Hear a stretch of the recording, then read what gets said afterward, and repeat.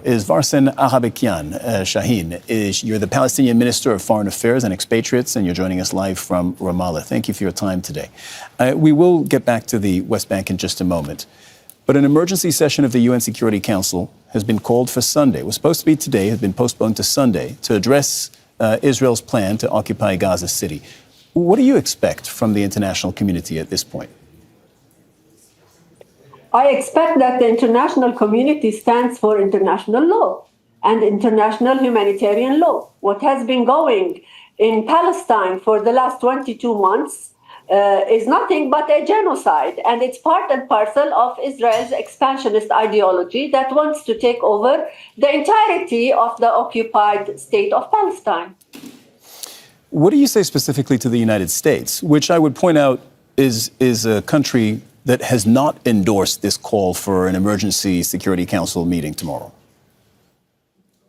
I would say that if the United States wants to forge peace, and specifically President Trump, then he needs to look at the rights of the Palestinians, because there will be no peace in Israel-Palestine or the region for that matter, or even the world at large, if the rights of the Palestinians are not respected. And those rights are enshrined in international law, and it means a state for the Palestinians on the 1967 borders that lives in peace and security with its neighbors, Israel.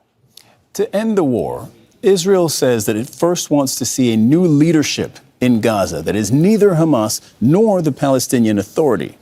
How do you respond to that? I say the leadership in the Gaza Strip is a Palestinian.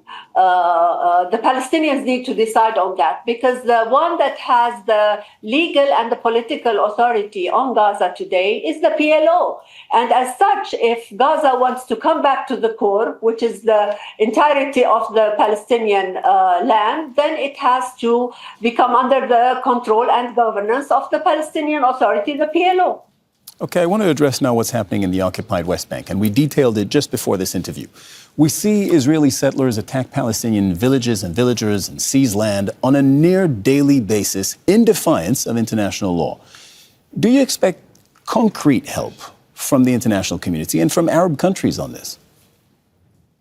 Yes, we expect concrete help, because it is the inaction that has emboldened the Israelis, including the settlers, to do whatever they are doing for the last 6 decades, since day one of the 1967 occupation.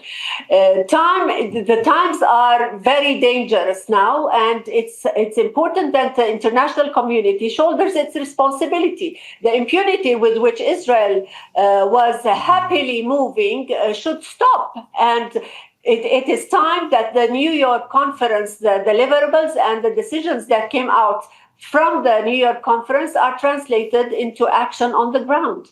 So what can these countries actually do? They can do a lot in terms of sanctioning settlers and settlements, settlers' products, the movement of settlers in various European countries and the world at large. There are numerous issues that can be dealt with, and that will send a clear message to Israel that you are in violation of international law, and these violations have a price.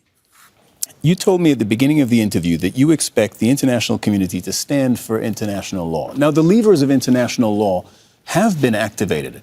Israel is on trial for genocide, and there's an arrest warrant for the Prime Minister Benjamin Netanyahu. So in other words, there are cases ongoing at the International Criminal Court and the International Court of Justice.